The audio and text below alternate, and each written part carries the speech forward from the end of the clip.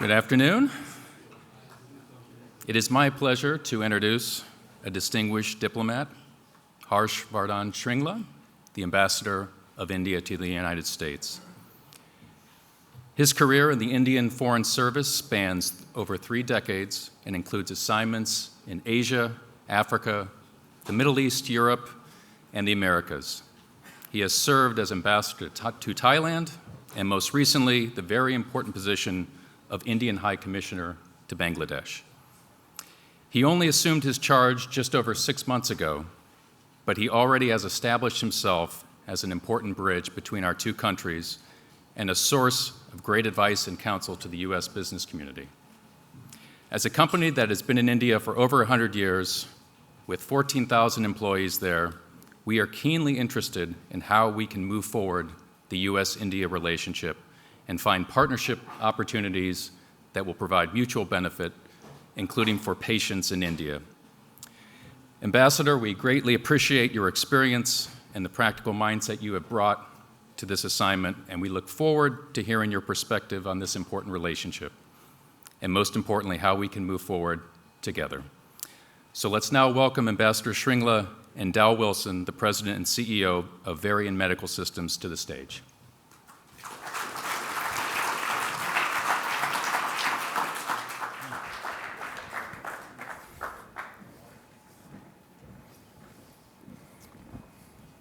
The ambassador and I, first of all, wanted to let everybody know that it was the senator in charge of the eagle, not either of us. So no eagles here this afternoon. Ambassador, first of all, on behalf of the board, let me thank you for your engagement with the U.S.-India Strategic Partnership Forum. As I recall, in about your 48th hour in the job, you came to Palo Alto and had a discussion with us in really one of your first duties. And of course, that afternoon was the tariff announcement, first tariff announcement in January. You've been in the job now 6 or 7 months. Tell us a little bit about your experience so far, what some of the issues are and priorities as you see them now 6 months later. Well, let me begin by thanking the US-India Strategic Partnership Forum for inviting me here this afternoon. I think the Leadership Summit has been an outstanding event and has really opened up discussions on the relationship that goes far beyond what we can do at government levels or at industry levels. This is really a 1.5-track initiative which has been, in my view, very, very useful. And my congratulations to John Chambers, Mukesh Aghe, and the team. I do recall that particular Leadership Summit event for the West Coast. I was a few days in the job, and we had a wonderful fireside conversation with John Chambers, but I must say it was preceded by the announcement for GSP. Hours before, yeah. And so I was still dealing with some of that, let's say, fallout of that when I found myself suddenly where I am now with John Chambers, and it was a great start to that association with the USISPF. Thank you. Thank you. And you have, with the re-election, you have a new boss. New Minister of External Affairs, Minister Shankar. What are some of the priorities? He's obviously very experienced in U.S.-India business relationships. How do you see his new agenda? Where do you see that going? Well, let me preface it by saying that it's been an extraordinary choice of an External Affairs Minister by Prime Minister Modi. If you were to ask me as a private citizen, although I must say I'm a little biased because I've worked with him very closely, and in fact it was he, when he was Foreign Secretary, who pulled me out prematurely out of my assignment in Thailand and brought me to Bangladesh, which is a neighboring country of ours. But if I were asked, even without that benefit of hindsight, whom would you really pick to be the External Affairs Minister in Prime Minister Modi's cabinet, I would unhesitatingly say that this is Dr. Shankar. And what are the attributes he brings to the table? The first is vast experience. He's been Foreign Secretary for 3 years. He's been Ambassador to the United States, Ambassador to China, to Singapore. He is, in many senses, has the expertise in dealing with situations that have been very unique. You can attribute, in many senses, he was the point person behind the success of the Indo-US Civil Nuclear Agreement, because you have to remember that Those negotiations were very long and intense and required a lot of effort behind the scenes, and he was the point person for that.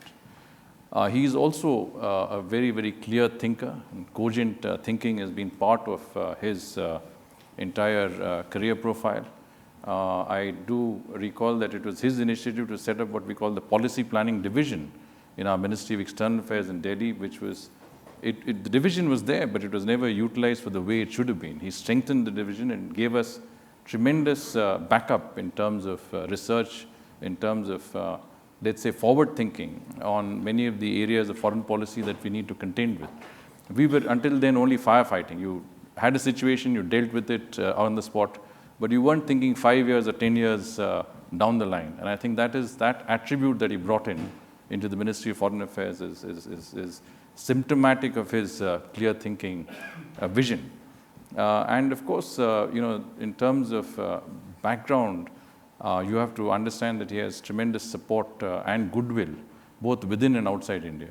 And I think that will help him enormously as he goes about to implement the vision of Prime Minister Modi with regard to engaging with our global, let's say, partners and friends and dealing with situations as they arise, difficult situations, some easy, some difficult, but all of them nonetheless challenging and complex in its own ways.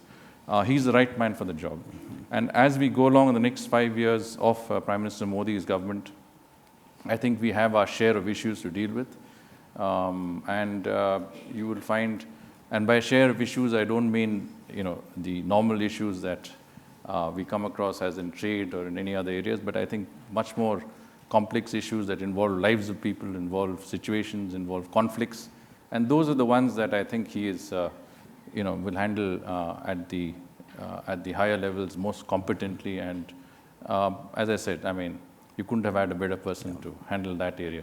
But for us, coming down to what is relevant, I think in the Indo-US area, I've always consulted him even when he was not in government.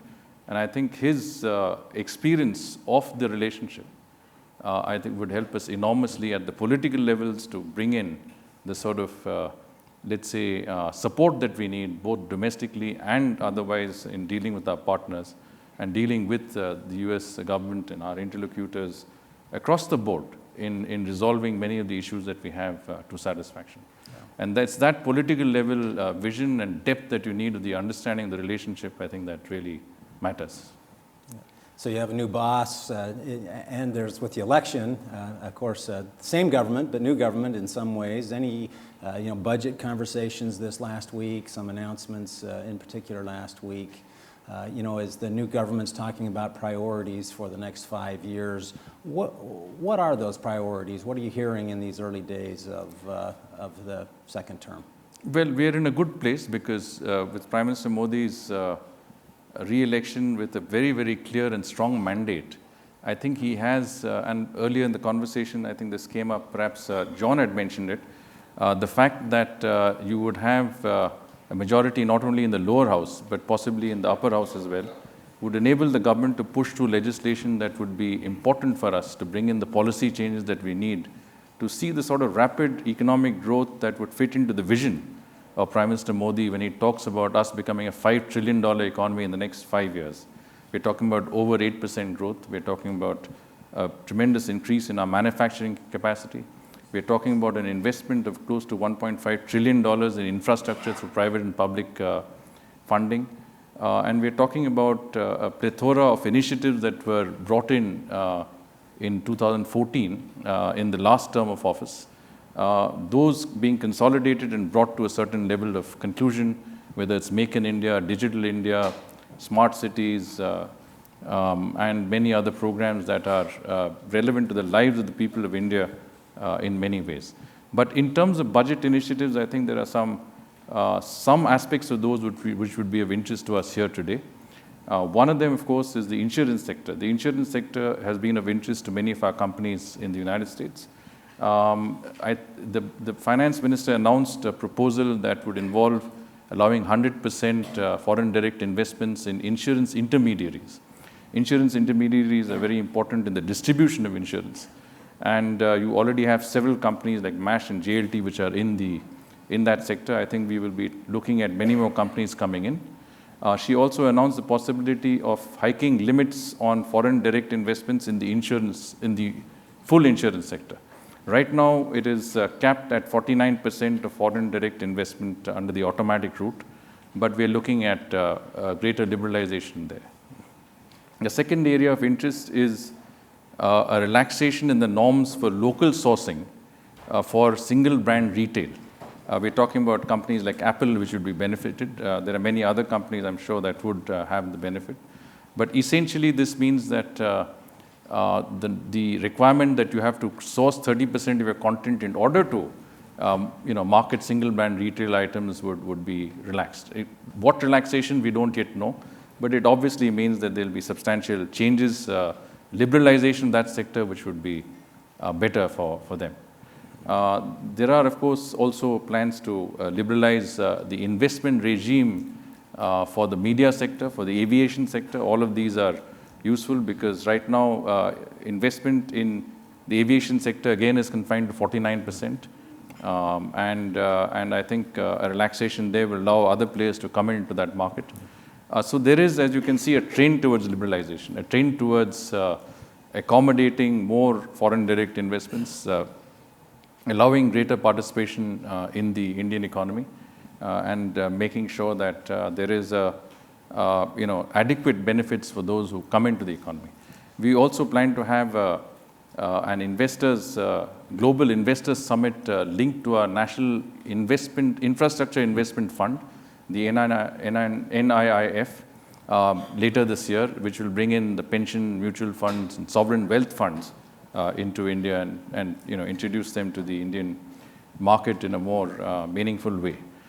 But in terms of the environment, as I said, this is a good time because we are looking at what we can do over at least the next 5 years. In terms of the bilateral relationship, of course, we have just had a summit level meeting between our Prime Minister and President Trump in Osaka on the margins of the G20. We had a very successful visit of Secretary Pompeo to India. He had a very, very good first engagement with our new government, called on our Prime Minister, had good meetings with External Affairs Minister Dr. Shankar. We are looking at a roadmap of several meetings from now until later this year, which will, let's say, build upon and provide momentum to that relationship in the areas of defense, in the areas of homeland security, in the areas of commerce, trade, and industry. We are certainly looking at how we can address some of the outstanding issues on the table. And maybe just to put a fine point on that one, from a trade point of view, where does that stand? Is that part of these 7 conversations? Do you see that on ice until they get through that, or will that? President Trump's been tweeting it since the election. Where do you kind of see that going, both in the short term and the long term? Well, when the Prime Minister met President Trump in Osaka, I think both sides agreed that they would empower their ministers, which is the Minister of Commerce and Industry in our case, very, very actively supported by our External Affairs Minister, Dr. Jaishankar, and Ambassador Lighthizer in the case of the US government, who would meet at the earliest possible. I know that Minister Goyal has initiated 2 telephone conversations with Ambassador Lighthizer. They both agreed to meet in Washington at the earliest possible. As we speak, there is a US delegation from the USTR's office in New Delhi. They're speaking to a wide range of interlocutors from our side. I think today they've had meetings with the combined delegation of our Ministry of Commerce and External Affairs. So we are hopeful that we will find a solution that is mutually satisfactory, beneficial to both our countries, and one that can certainly clear the air for a much greater realization of the potentials of our relationship. I think those potentials are still to be achieved, and we need to make sure that in order to move forward, we clear our table of some of the outstanding issues that are there. And I also believe that no aspect of the relationship is greater than the whole. We should not allow these minor speed bumps to come in the way of what is a great relationship. Many of the speakers before me and very senior people who were here all alluded to the fact that this is a strategic relationship.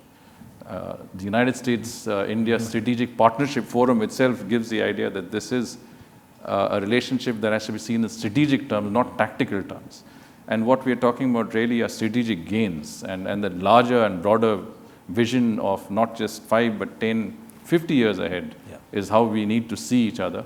And it should not be from the perspective of just trade or defense or security or terrorism or people-to-people contacts. It's a comprehensive relationship that encompasses the entire gamut of our economic and political and social fabric, underpinned, as I said, by the people-to-people element which is there.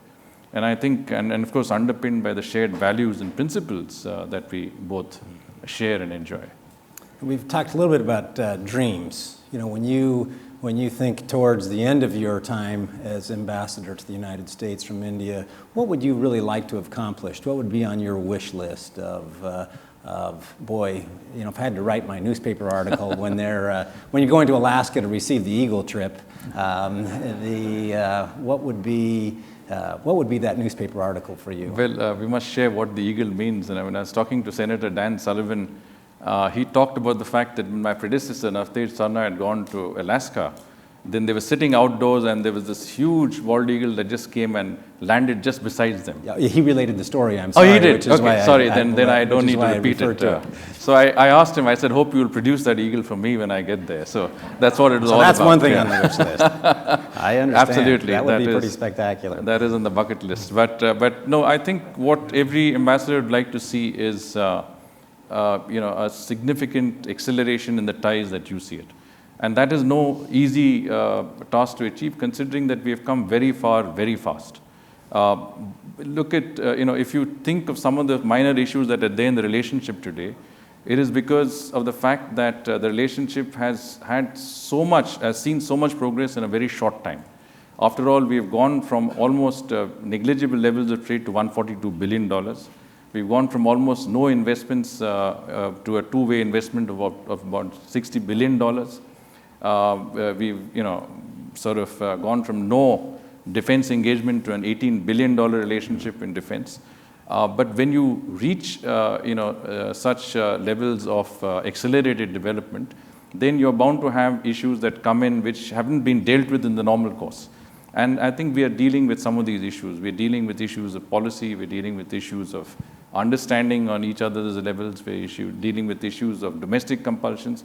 Keep in mind that being two large democracies, vibrant democracies, is a good thing. But it also brings in complications that only democracies can experience, which really is that you are guided by a sort of, your democratic imperatives, which are linked to elections. So when we have elections, then we are, on a different mode. And clearly, there is a preoccupation in that direction. We could not engage for the last 6 months or so.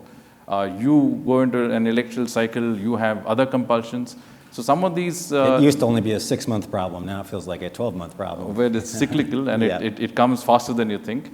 And so what I'm trying to say is that we've achieved a lot in a short time. Yeah. And we want to see, an achievement that is equally, if not more significant in terms of the relationship, whether it is trade, the political ties, whether it is people-to-people contacts. And I think in many senses we are doing that. If you see the way trade has grown, last year trade has grown by about 13%, but US exports to India have increased by a walloping 30%. If you see in investments, there is a huge interest in investments, two-way investments. The good thing is that it's not a one-way street. US companies have invested significantly in India, but Indian companies have also invested significantly in the United States. Yeah. Indian high-tech companies have created 175,000 jobs. They have brought $53 billion of value to the US economy. Indian students, 200,000 of which study in the United States, contribute cumulatively $7.5 billion to the US economy. So there is a certain two-way exchange, and I think both countries are proud of that fact. If it is a one-way street, it would not be the relationship that we're talking about. We're talking about a relationship that is vibrant, that is, has all the qualities of a long-term friendship and partnership, and that is the way I'd like to see it. We create the basis and make sure that there is no regression in that basis. In whichever way that regression could come in, it is important for us to see that those are sidestepped. And the larger vision, the path before us, which John outlined earlier in his introductory statement, is something that we need to aspire to. And every ambassador who's here in Washington from India really should be working towards, and I certainly intend to work towards that goal. Good, thank you. And you have a lot of business leaders here from both the U.S. and India. Any advice on how industry can help the India-U.S. relationship? What would you advise us? Well, I think from my perspective, the best advice that I can give and the best help that we can receive is that you make sure that your successes are known. I think there is too much on some of the smaller aspects of the relationship which is not, which is visible and which comes to the fore, and not enough attention on the success stories. And part of that is also the media, because the media is interested in articles that are sensational. You had a number of speakers today. You had the speaker here. She spoke brilliantly. She made one comment in passing towards the end, and you will find that will become the headlines of tomorrow's news. Now, that, I think, is what we really don't want. We want to highlight the success stories that are here all over this room. I just met the GE representative, and he was referring to this contract they've got for the supply of aircraft engines. It's the largest single contract in aviation history, worth $20 billion. And that's a huge success story, but who's talking about it? We met another company, one of our largest companies that's looking at a huge offtake of oil from the United States, because India would be the country that would contribute to 25% of total increases in energy consumption over the next 10 to 15 years. So if you want to sell energy, look towards India. The United States market has reached saturation. You've got enough oil and gas. You're not growing from the point of view of energy consumption. But at the same time, some of the offtake from the crude oil in the United States, which is naphtha, is something that you don't need because you've got the alternatives. But we can take that oil, we can convert it, we can take the crude, convert it into different petroleum byproducts. But at the same time, we have the market that would justify buying 10 times the volume that we're doing today. We are doing $4.5 billion today. We can do $40 billion in 5 years' time and completely wipe out the adverse trade balance. So these are the success stories that we need to talk about, and not the small issues which are, I think, honestly exaggerated. If you speak to some of the companies that are involved, they will tell you the story which is different. They're making profits in double digits. They're not in any way looking at even remotely resiling from their commitments, investment commitments in India. If nothing else, they're expanding their commitments. If you talk to Apple, you talk to Amazon, you talk to Walmart, I think they're all looking at the market in a bullish way. Admittedly, there are issues and we need to address those, but those shouldn't be the do-all and end-all of the relationship. We need to talk about the good things that are happening all over this room. Mr. Ambassador, our time has come. On behalf of all of us, we want to really thank you for your commitment.